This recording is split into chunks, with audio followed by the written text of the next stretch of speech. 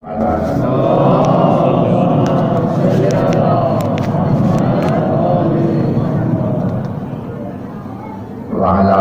روحه ونفسه وصحبه ووسيله سيد الأتقياء والأصفياء مولى المبادئ إمام المتقين علي بن أبي طالب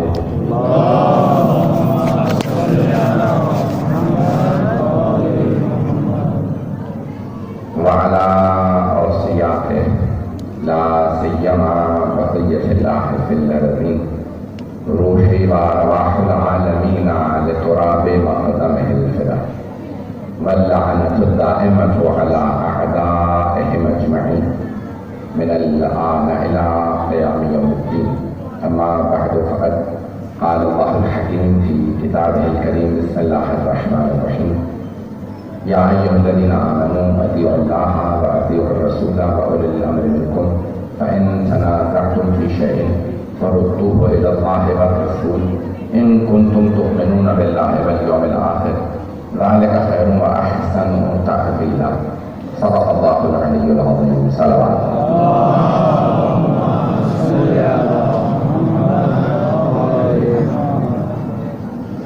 اشرائے محرم الرام اپنی آخری دنوں میں ہے. آج اور کل کی میری آخری مجلس رہے گی. کل آخری مجلس سے ادا کرنے کے بعد پھر کربلا انشاءاللہ اسی رات کوشش ہے کہ شب عاشور ہم پہنچ جائیں. زندگی میں ایک حسرت تھی کہ کبھی عاشورہ کربلا میں کر پائیں تو انشاءاللہ پہلی دفعہ عاشورہ نصیب ہو رہا ہے. دعا کرتے ہیں کہ نصیب ہو. اور باب الحوائج کی کیونکہ آج دن ہیں، حاجات قبول ہیں، اختتام پہ میں دعا نہیں کر پاؤں گا. پروردگارہ باب الحوائج کے صدقے میں سب کی حاجات قبول فرما. اور پروردگارہ بہت سے لوگوں نے التماس سے دعا کی، خصوصاً بہت سے مریضوں نے کہا نام دے کے دعا کروائیں. میرے ذہن میں سب کے نام نہیں ہے. بہت زیادہ لوگوں نے مجھ سے چاہا کہ میں دعا کرواؤں. پروردگارہ تمام مریضوں کو شفائے کاملہ عاجلہ عنایت فرما. اور جتنے مومن و مومنات اس مجلس میں موجود ہیں، جہاں جہاں سن رہے ہیں، سب کی توفیقات میں اضافہ فرما. ہم سب کو زندگی میں بار بار جناب سید الشہداء کی زیارت نصیب فرما. آخرت میں ان کی شفاعت نصیب فرما. اور پروردگارہ یہ ایام دعاؤں کی قبولیت کے ایام ہیں، لیکن معنوی اخروی دعاؤں کے خاص طور سے دعاؤں کے لیے ہیں. پروردگارہ ہم سب کو صاحب الزمان کا ظہور دیکھنا نصیب فرما. اور جہاں جہاں مومنین بسر کے جان مان عزت آبرو کی حفاظت فرما. ربنا تقبل منا انک انت السمیع العلیم. ایک صلوات پڑھیں گے محمد علیہ وسلم.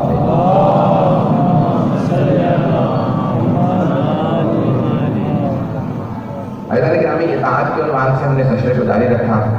روز قیامت اتمام حجت نہ ہونے پہ بہت سے لوگ یہ گلہ کریں گے، شکوہ کریں گے. اللہ کی بات ہمیں روایت میں ہے کہ پروردگارہ ہمیں دنیا میں تیرا پتہ نہیں چلا. اگر پتہ چلتا تو ہم مان لیتے. ہم کہتے ہیں ہاں اللہ ہے، خدا ہے، ہمیں تیرا پتہ نہیں چلا تو ہم جہنم میں کیوں جائیں؟ ایک مرتبہ اللہ حکم دے گا کہ جتنے بھی شکوہ کرنے والے ہیں ہم جہنم میں کیوں جائیں؟ سب کے سب جہنم میں کود جائیں، سب کے سب جہنم میں چھلانگ لگائیں. تو کچھ ان میں سے جہنم میں چھلانگ لگا دیں گے اور کچھ رک جائیں گے کہ نہیں ہم جہنم میں کیوں جائیں جب ہمیں دنیا میں تیرا پتہ ہی نہیں چلا. تو اللہ فرشتوں سے کہے گا کہ جتنے بھی جہنم میں کود گئے ہیں یہ سب کے سب جنتی ہیں. توجہ، یہ جتنے لوگوں نے جہنم میں چھلانگ لگا دی میرے حکم پہ، میری اطاعت میں، اطاعت موضوع ہے، میری اطاعت میں جتنے لوگوں نے جہنم میں چھلانگ لگا دی یہ سب جنتی ہیں. اور یہ جتنے رک گئے کہ نہیں ہم جہنم میں نہیں جائیں گے، کیوں جہنم میں جائیں؟ ہم دنیا میں تجھے پہچان نہیں سکے. ان سب کو دھکے دے دے کہ جہنم میں ڈال دو. اور وہ کہیں گے کیوں؟ تو اللہ کہے گا دنیا میں تم نے مجھے نہیں پہچانا تھا، اب تو جانتے تھے کہ خدا کا حکم ہے.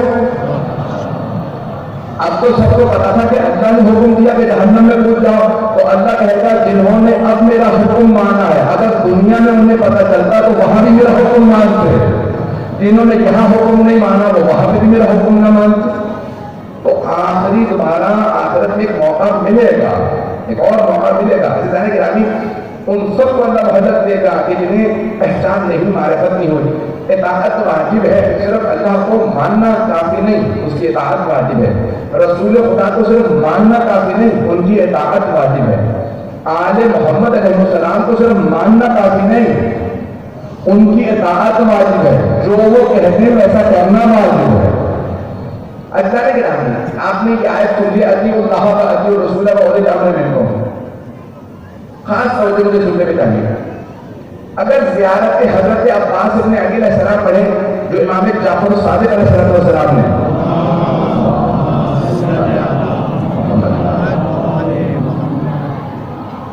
جو شب امام علیہ السلام نے زیارت پڑھی ہے نا مولا عباس علیہ السلام کی، یہ مولا حسین کی زیارت پڑھی، زیارت وارث اگر آپ پڑھیں زیارت وارث، شہداء کربلا کی، حضرت اکبر کی شہداء کی، اور پھر جناب عباس کے حرم میں گئے وہاں زیارت پڑھی، تو اس میں جملے یہ ہیں السلام علیکہ یا ابا الفضل عباس ابن امیر المؤمنین، اور اس کے فوراً بعد فرماتے ہیں کہ المطیع للہ ولرسولہ ولامیر المؤمنین ولحسن والحسین، اے عباس ابن علی آپ پہ سلام ہو جس نے اللہ کی بھی اطاعت کی، اس کے رسول کی بھی اطاعت کی، امیر المؤمنین کی اطاعت کی، امام حسن کی اطاعت کی، امام حسین کی۔ اگر آپ کو ساری اس آیت کی ساری اطاعتوں کو ایک جگہ دیکھنا ہے تو بس ایک دفعہ حضرت عباس کو دیکھتے ہیں۔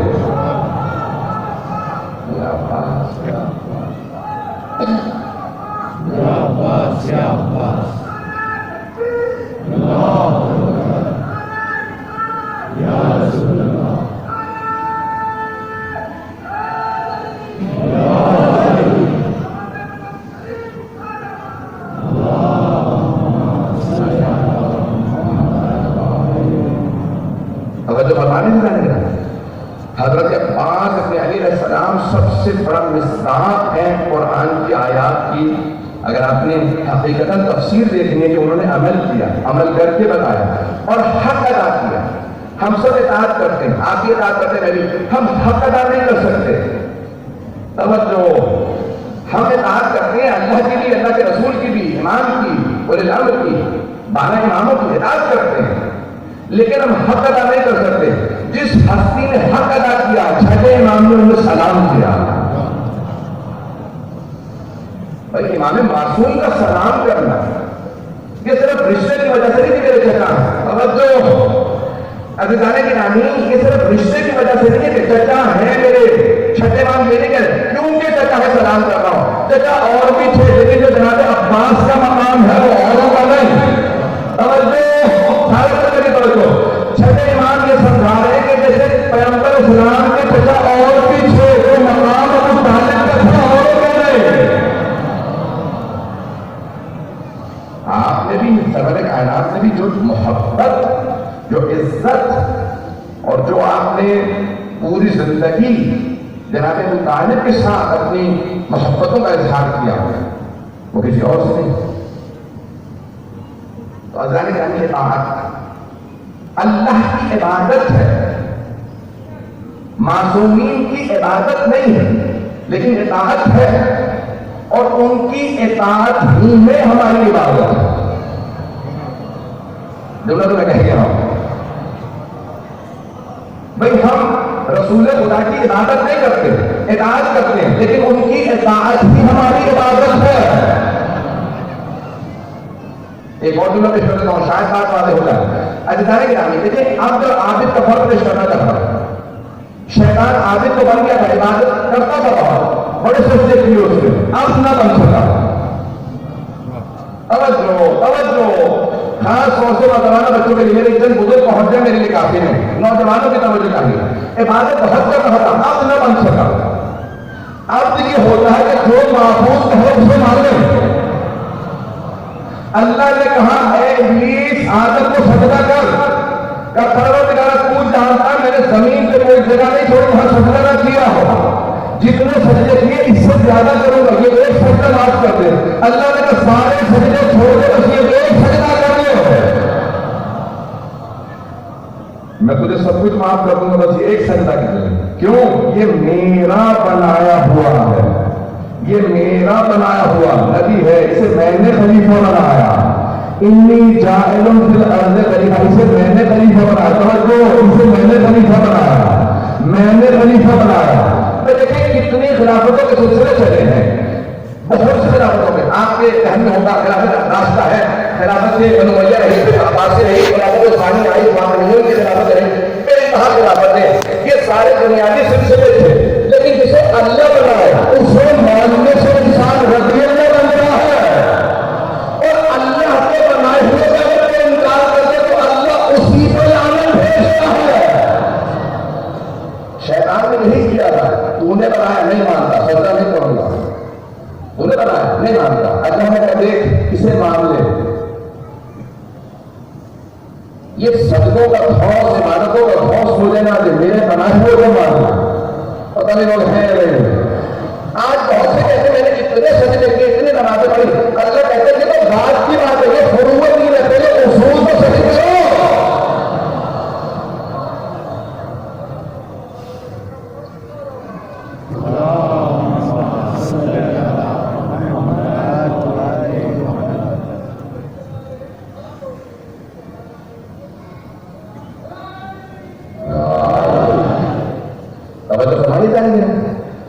یہ نظام اطاعت کا بہت اہم ہے، رسول اکرم کے سامنے تسلیم ہو جانا اطاعت ہے۔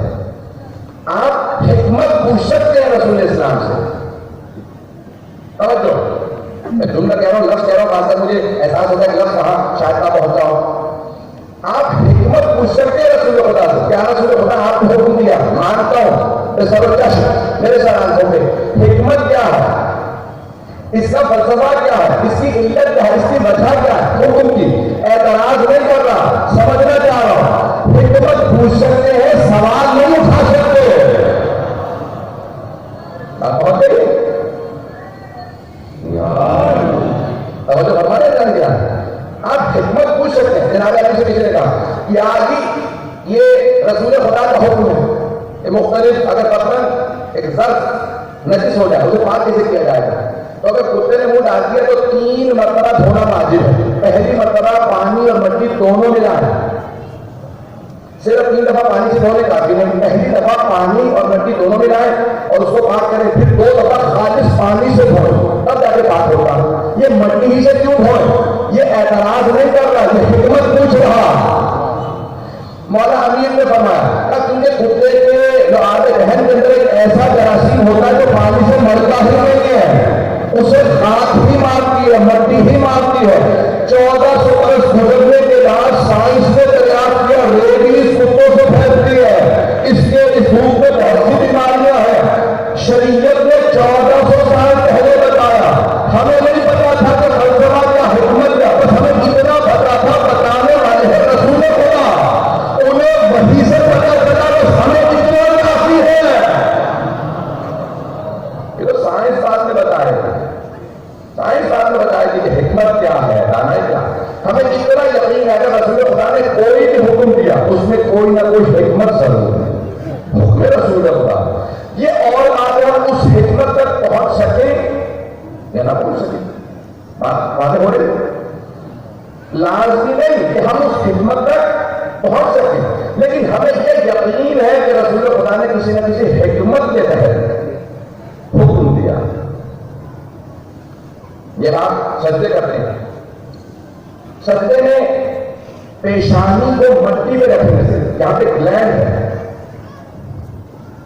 اس دن بھی میرے کچھ برادر آ کے ملے کہ میں کسی سے جو آتے ہیں جو پورا درس دیا لگ رہا تھا جیسے ہم سائنس پڑھ رہے ہیں، اور بہت کہہ لگے میں خوش ہوا کہ آپ نے، میں آج پیش کر رہا ہوں، میڈیکل ڈاکٹر سے پوچھ لیجیے گا ہماری اس پیشانی کے یہاں جہاں ہم سجدہ کرتے ہیں اس کے پیچھے گلینڈ ہے، یہ جو مختلف ہمارے عروج ہوتے ہیں، جب آپ پیشانی کو مٹی پہ رکھتے ہیں وہ بہتر کام کرتا، مٹی پہ رکھنے سے، لکڑی پہ رکھنے سے نہیں، مٹی پہ رکھنے سے، مٹی پہ سجدہ واجب نہیں ہے، زمین سے اگنے والی وہ تمام چیزیں جو نہ کھائی جائے نہ پہنی جائے، حدیث نبوی ہے، السجود یعنی سجدہ جو کیا جائے گا، سجود سجدہ علی الارض علی وجہ الارض، زمین کے اوپر جو الارض مسجد و طہورا، اس زمین کو میرے لیے سجدہ بھی بنایا گیا اور پاکیزگی بھی بنایا گیا، پانی نہ ہو تو تیمم ہو جاتا، زمین پاکیزہ ہو تو وہ پاک کر دیتی ہے، توجہ ہو کرنے کی۔ تو اگر سجدہ جب کرو گے تو ایسی زمین سے اگنے والی چیزیں جو کھائی بھی نہ جاتی ہو، پہلی بھی نہ جاتی ہو، پھلوں پہ سجدہ نہیں ہوتا، سبزی پہ نہیں ہوتا، پتوں پہ ہو جاتا، لیکن پان کے پتوں پہ نہیں ہوتا، انہیں کھایا جاتا۔ ہر وہ چیز جو کھائی جائے یا پہلی جائے، اب معصوم سے پوچھا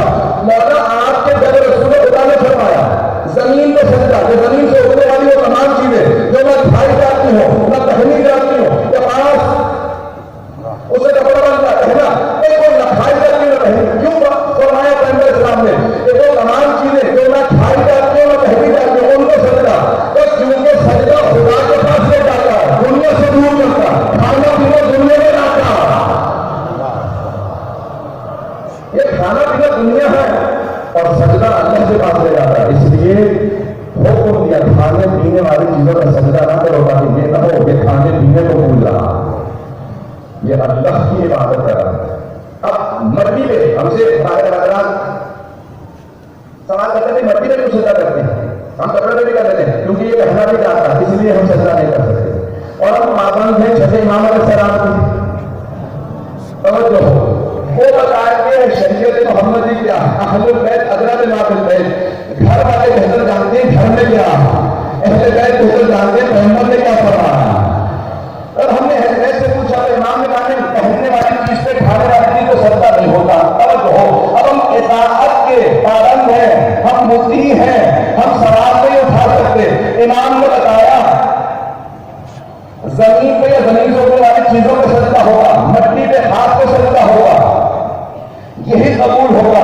باقی تمام مسلمان کہتے ہیں ہر چیز پہ سجدہ کر سکتے ہیں. ہم کہتے ہیں کہ ٹھیک ہے، لیکن امام فرما رہے ہیں کہ نہیں، چند چیزوں پہ ہو سکتا ہے تو سب چیزوں پہ نہ کرے، ان چیزوں پہ کرے جس سے امام نے فرمایا، تاکہ سجدہ قبول ہوگا تو نماز قبول ہوگی، نماز قبول تو سارے اعمال قبول. ویسی چیزوں کا سجدہ نہیں جس میں چھٹے امام نے فرمایا. ایسے جانے کے نام ہے باقی سب کہتے ہیں اس میں بھی ہو سکتا ہے، مٹی میں بھی ہو سکتا ہے. ایسا ہے یا نہیں؟ ہمارے تمام اسلام ہے کہ مٹی میں سجدہ ہو سکتا، لیکن جب ہم سجدہ میں آئے تو کہتے ہیں اس پہ نہ کرو کیونکہ اسے سجدہ کر رہے ہو. ہم اس سے سجدہ نہیں کر رہے، اس پہ سجدہ خدا کو کر رہے ہیں. ہم اس سے اللہ کو سجدہ کریں گے. مٹی ہے، سب سے پہلے چوتھے امام نے گردنا کی مٹی کی سجدہ بنائی، تصویر بنائی، چھٹے امام سے بنائے تھے. کسی بھی مٹی میں سجدہ ہو سکتا ہے. ہماری تمام سجدہ گردنا کی نہیں ہے، بھائی مشرقی بھی ہیں، اگر حضرت کی ہے مدینہ کی، کوئی بھی آپ سجدہ بنا سکتے ہیں. لیکن چھٹے امام کی حدیث ہے کیونکہ خون حسین کہہ گیا تھا کھاتے کر بناتے. اب آپ جب سجدہ کرتے ہیں تو سجدہ ایک مرتبہ وہیں رک جاتا. جب کیا کہتے ہیں سبحان ربی الاعلی وبحمدہ، اللہ اعلیٰ ہے مولا فرماتے ہیں، لیکن یہ سجدہ آسمان سے نہیں جاتا، رک جاتا. اگر خاکے کربلا پہ سجدہ کرو وہ سارے آسمان پہ چلا جاتا. پوچھنے والے نے سوال کیا مولا مٹی تو وہی ہے، خاک وہی، میں وہی، ذکر وہی، سجدہ وہی، سبحان ربی الاعلی وبحمدہ وہی، تو پھر یہ سارے آسمان پہ نہیں جاتا. مولا نے کہا سجدہ تیرا نہیں رہا، ذکر تیرا نہیں رہا، خاک کے حسین ابن علی پہ آ گیا. اس خاک کا اثر یہ ہے کہ یہ آسمان تک جائے.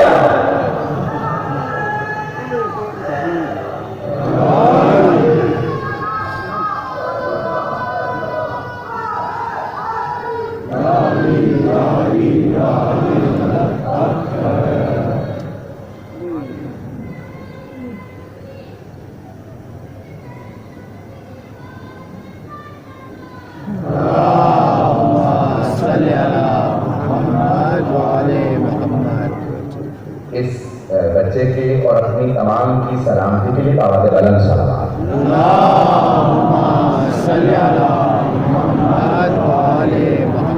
توجہ ہے بتانے کیا مطلب ہے جیسا ہم مطیع و فرمانبردار اطاعت واجب ہے.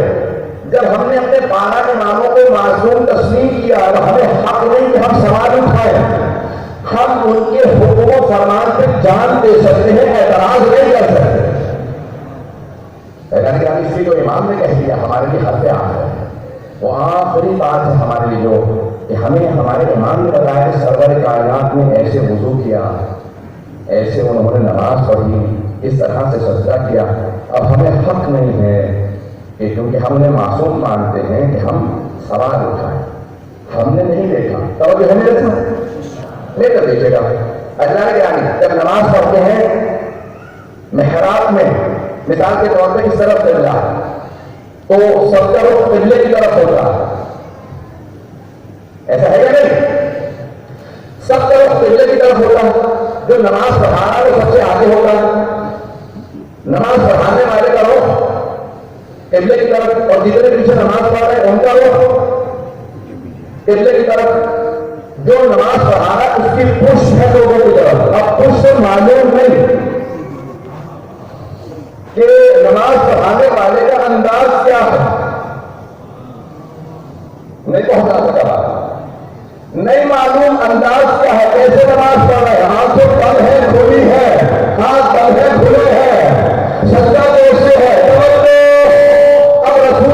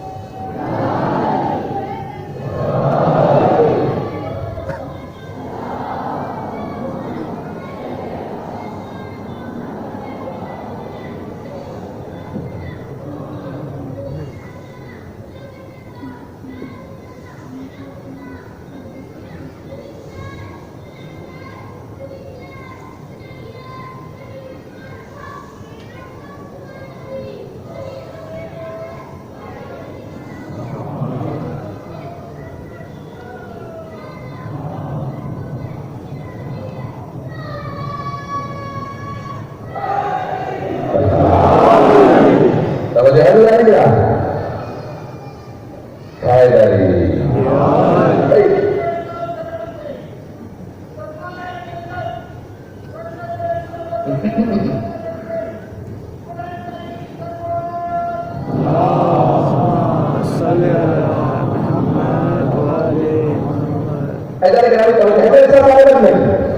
اہل بیت تو ہمیں بتا دیں کہ ہمیں ویسا انجام دینا، تمام اعمال کو ویسا انجام دیں گے۔ رسول خدا پہلے نماز پڑھتے تھے، پھر روزہ کھولتے تھے۔ آپ کو اگر روزہ کھولنا ہے تو روزہ کھل گیا، مغرب سے کھل گیا، روزہ کھل گیا، جیسے ہی مغرب ہوئی اذان روزہ کھول کے کھولنے کی ضرورت نہیں، کھل گیا۔ بھئی آپ نے روزہ رکھتے میں نیت کی تھی، روزہ رکھ رہا ہو اب پہلے فجر سے مغرب تک، جب نیت یہ تھی مغرب آتے ہی روزہ کھل گیا، اب نماز پڑھیں گے کھجور کھائے، یہ آپ کی وجہ روزہ تو کھل گیا ہے۔ شریعت نے آپ کو پابند نہیں کیا کہ پہلے نماز پڑھو پھر روزہ کھولو، یہ پہلے روزہ کھولو پھر نماز پڑھو، یہ سنت نبوی ہے کہ محمد رسول اللہ سب سے نماز پہلے روزہ کا کیا حبیب خدا نماز پہلے پڑھ لوں پھر آرام سکون سے، اور جب روزہ کھولتے بھی تو حضرت ام سلمہ رضی اللہ عنہا اللہ ہو گئے، اس لیے پکڑوں پہ کھڑے ہو جاتے ہیں۔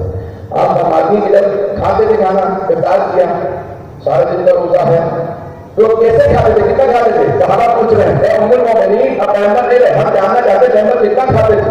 کیا لگتا ہے پہلا کھانا کھایا نہیں کہوں گا، ہر کھانے کو لگتا ہے پیغمبر پہلا کھانا کھانا، کتنا کم کھاتے تھے، لگتا ہے پہلا ہے، پھر کھاتے رہو گا، آج ضرورت ہی نہیں ہے، یہ اوروں کے لیے ہے جب وہ کھاتے تھے لگتا تھا آخری کھا رہے ہیں، اب تو ملنا نے جو کھانا ہے کھا لو۔ حبیب خدا محمد مصطفیٰ اتنا مختصر سا کھاتے تھے، لگتا تھا پہلا کھانا، ایک کھجور لیا کا افطار ہو گیا، یا رسول اللہ ایک اور کھجور دے دیتے، یا رسول اللہ شربت موجود ہے، پتہ نہیں لوگ ہیں یا نہیں ہے۔ جناب امیر کے لیے کہا روٹی بھی پوری نہیں کھائی، دفتر میں آپ کی حضرت امت عثمانہ جان آپ نے روٹی کا بھی چھوٹا سا ٹکڑا لیا، جو کی روٹی کا، کہا بیٹی میری بھوک اسی کے اندر ختم ہو گئی ہے۔ جملہ پیش کر رہا ایک یہودی، اس نے خیبر کا تھا، خیبر یہودیوں کا تھا، ایک یہودی خیبر کا تھا لیکن وہ موجود نہیں تھا جب مولا نے خیبر فتح کیا، جب خیبر فتح وہ کھڑا ہو سکوں نہیں، تو وہ آیا، کبھی کوئی مسلمانوں کے نبی کے ساتھ حیدر کرار آیا تھا، اس نے ایک ہاتھ سے خیبر کا در اٹھا دیا، اور مرحب حارث اندر اتنے بڑے بڑے پہلوان ایک اعتبار میں اس نے تیار کر کہ میں اپنے انداز سے پیش کروں، تب بہت ٹھیک ہے میں دیکھنا چاہتا ہوں وہ حیدر کرار کیسے، اب وہ پوچھتا ہوں مدینے پہنچ جاتا مجھے حیدر کرار سے ملنا، تو صحابہ نے سوال کیا کون سے حیدر سے ملنا، تب کتنے حیدر مسلمانوں، اور جو اس یہودی نے سوال کیا کتنے حیدر مسلمانوں میں، کیا حیدر کون، کس حیدر کی بات کر رہا ہے، کیا وہ جس نے خیبر قدر اٹھانا تھا، کیا ان کا نام علی ابن ابی طالب ہے، کیا مجھے تو بتایا کہ انہوں نے کہا تھا سنبت نے میری ماں نے میرا نام حیدر رکھا، کہا وہی علی ابن ابی طالب ہے، کیا مجھے ان سے ملنا، تو اشارہ کیا کسی نے کہ وہ باغ ان کا ہے، خود اپنا باغ، وہ سارے کے سارے اس میں کھیتی باڑی خود کرتے ہیں، درخت خود لگاتے ہیں، پانی خود دیتے ہیں، کہاں پہنچ جا بہت بڑا کام ہے، خود اپنا سارا کام کرتے ہیں، پہنچا خود مولا سے سوال کیا مجھے حیدر کرار سے ملنا، مولا نے مسکرا کے دیکھا کہا سے آنا، جس نے خیبر اٹھانا تھا وہ میں ہوں، اس سے کہا مولا کو دیکھا کہ آپ نہیں ہو سکتے، مولا نے کہا کیوں، کہا اتنا لمبا چوڑا مرحبا، آپ اتنے پتلے پتلے خوش روٹی کھا رہے ہیں، وہ پورا پورا بکرا کھاتا تھا، آپ کے کھانے میں گوشت نظر نہیں آ رہا، مولا نے کہا میرا ہاتھ چلتا ہے تو وہ خدا ہوتی ہے، توجہ میں جب میدان میں اترتا ہوں تو شیر کی طرح اترتا ہوں، دنیا کا بڑے سے بڑا جنگجو آگے میرے سامنے کر نہیں سکتا، اپنے انداز سے پیش کر رہا ہوں، مولا نے کہا جب ہاتھ چلتا ہے تو رفتار سے پتہ نہیں چلتا، تلوار کی رفتار کیا ہے، یہ علی کا ہاتھ ہے،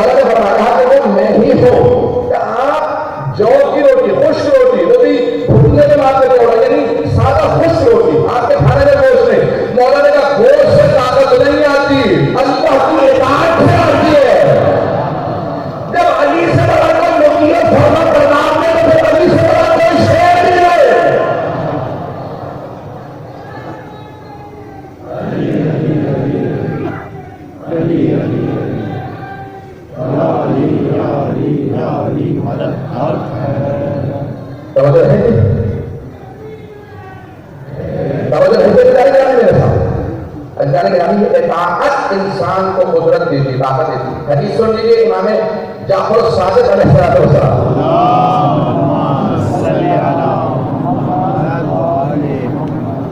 وقت زیادہ نہیں ہے، کل جلسے کے آخر سے مجھے مکمل کرنا ہوگا۔ امام فرماتے ہیں من لم یخف اللہ اخاف اللہ من کل شیء، جو اللہ کا خوف نہیں کرتا، جس کے دل میں خوف پروردگار نہ ہو، اللہ اس کے دل میں ہر چیز کا خوف ڈال دیتا ہے۔ تو پہلے راستہ کاٹنے کی بیچارے کو خوف آ جائے گا، گھر پہ کباب ہو جائے گا بیچارے کو خوف آ جائے گا، گھر سے نکلے گا کسی نے پوچھ لے کہاں جا رہے ہیں سے خوف آ جائے گا۔ ان چیزوں سے کچھ نہیں ہوتا۔ حدیث نبوی ہے، اس زمانے میں بھی لوگ وہم کرتے تھے، کیا کہتے ہیں وہم کرنا؟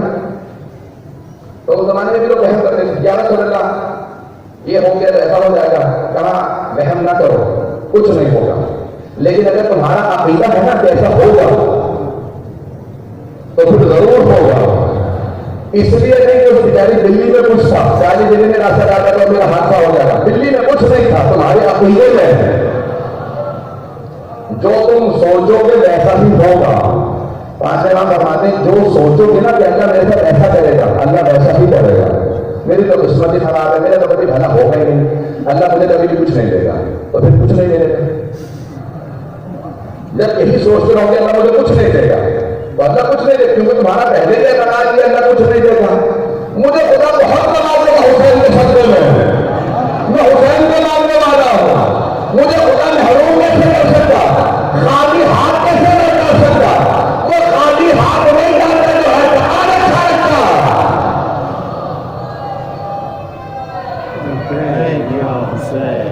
یار یہ دنیا کے اصول ہے، میں مکمل کرنا چاہتا ہوں بات ہے، چلیے گا میرے ساتھ تھوڑی دیر۔ یہ تمام اصول یاد رکھیے گا۔ اطاعت من لم یخف اللہ اخافہ من کل شیء ومن یخف اللہ اخافہ منہ کل شیء۔ چلنا فرماتے ہیں اور جو خدا کا خوف دل میں رکھتا ہے نا، اللہ اس کا خوف ہر شے کے دل میں ڈال دیتا ہے۔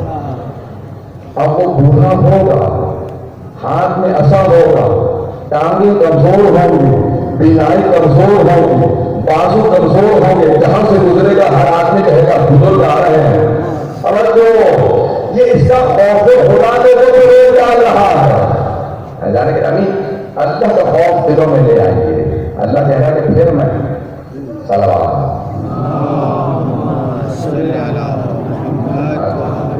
آخری اطاعت ایک اور پہلو سن لیجیے، کل کو مجھے موضوع کو مکمل کرنا ہے۔ اطاعت واجب ہے اور ایک اطاعت ہے ماں باپ کی، ماں باپ کی اطاعت واجب ہے، سوائے اس کے کہ اللہ کی اطاعت سے ٹکرا جائے، وہ کہیں اللہ کے حق کو ادا نہ کریں، پھر وہاں اطاعت کرا تو کہنا قرآن کیا ہے، جب وہ حکم دیں خدا کے خلاف، نبی کے خلاف، امام کے خلاف تو ان کی اطاعت نہ کرو، لیکن توہین پھر بھی نہیں کر سکتے۔ اللہ نے پھر کہا خدا تو دیکھنا، پھر ان کی اطاعت نہ کرو، لیکن دیکھنے کا توہین کرو، منع کریں گے لیکن پھر بھی ادب سے منع کریں گے۔ ماں باپ کی اطاعت واجب ہے، اور وہ جو ماں باپ کی اطاعت نہ کرے بغیر حساب کتاب، روز قیامت حساب کتاب نہیں ہوگا اس کا، کچھ لوگ بغیر حساب کتاب بھی جہنم میں جائیں۔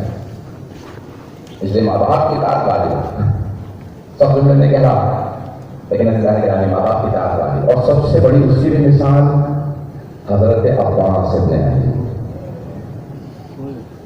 کہ ماں حضرت ام البنین سلام اللہ علیہ، نام ان کا بھی فاطمہ تھا۔ جب حضرت ام البنین کی شادی ہوئی والا امیر سے، تو جب گھر آ گئے تو پہلے ہی دن آنے کے بعد سب بچے جناب سیدہ کی تشریف فرما تھا، تو بیوی نے آنے کے بعد دیکھا، کہا کہ میں آپ کی خادمہ کے طور پہ آئی ہوں، ماں کے طور پہ نہیں۔ اہل بیت کو بہت زیادہ محبت تھی حضرت ام البنین سے، امام حسن حسین علیہ السلام کو، حضرت زینب، حضرت ام کلثوم، بہت زیادہ۔ پہلا چند ماہ شادی ہوئے تھے کہ حضرت ام البنین نے مولا سے کہا، مولا میری درخواست ہے آپ سے، مجھے فاطمہ لا کر دیجیے. بیوی کا نام تھا فاطمہ.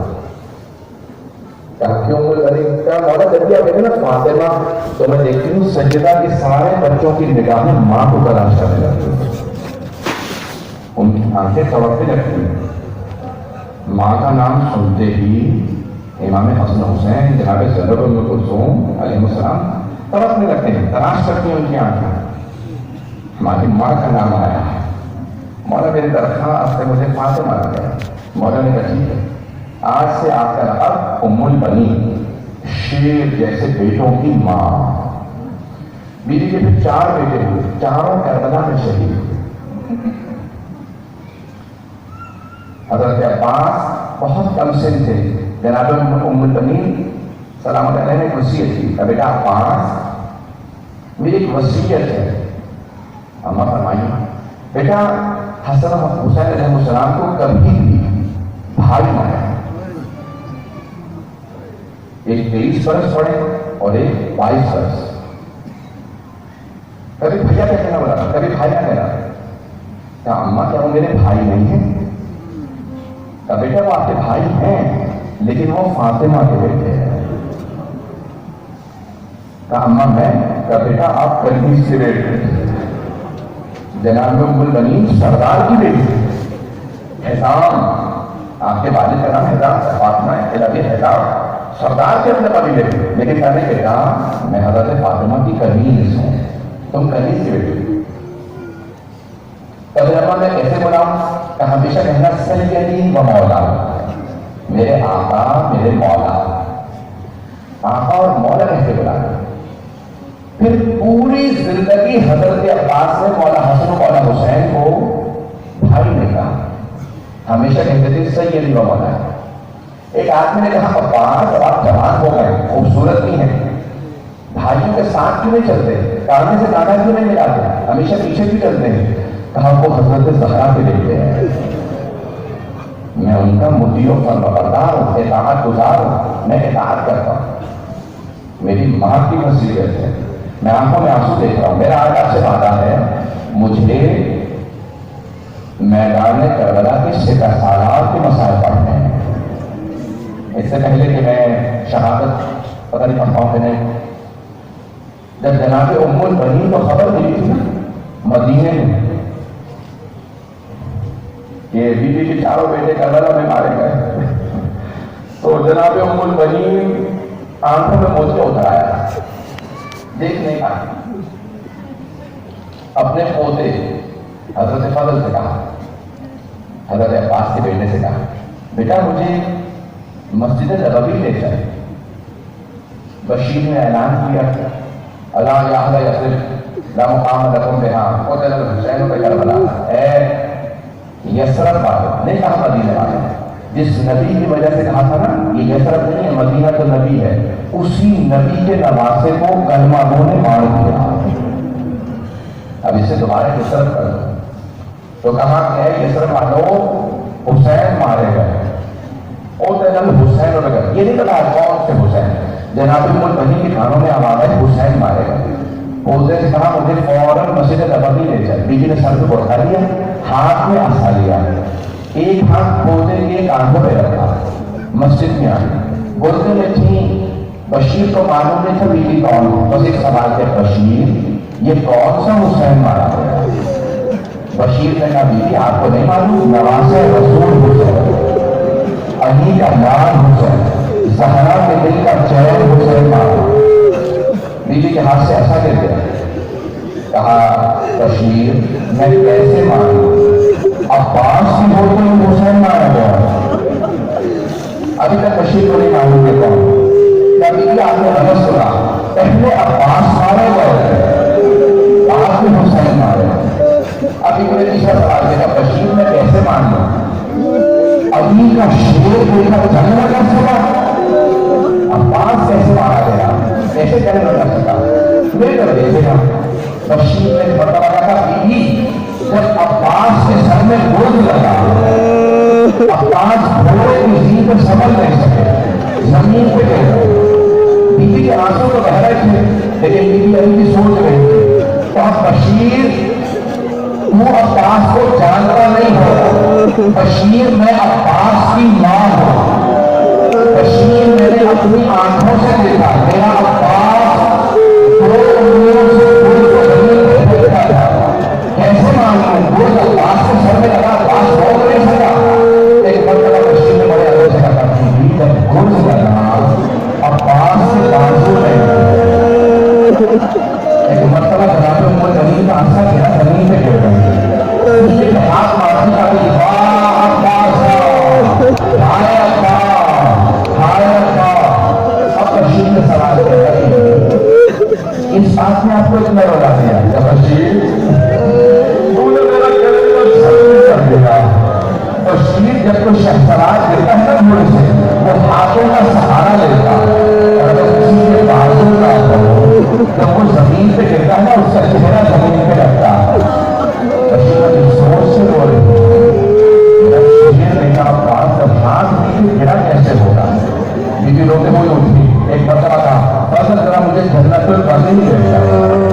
بیوی آئے جنت البقیع میں تو دیکھے گا۔ بیوی ایک مرتبہ ایک عمل کی پائنٹی پہ بیٹھ کے دل لگا گا، بیوی میرے عباس کو معاف کر دیجیے، بیوی میرے عباس نے بے وفائی نہیں دیجیے، بیوی پہلے آپ کو حسین مارا گیا، بعد میں میرا عباس مارا گیا، بیوی معافی اس لیے مانگنے آئی ہوں، آپ کی بیٹیوں کو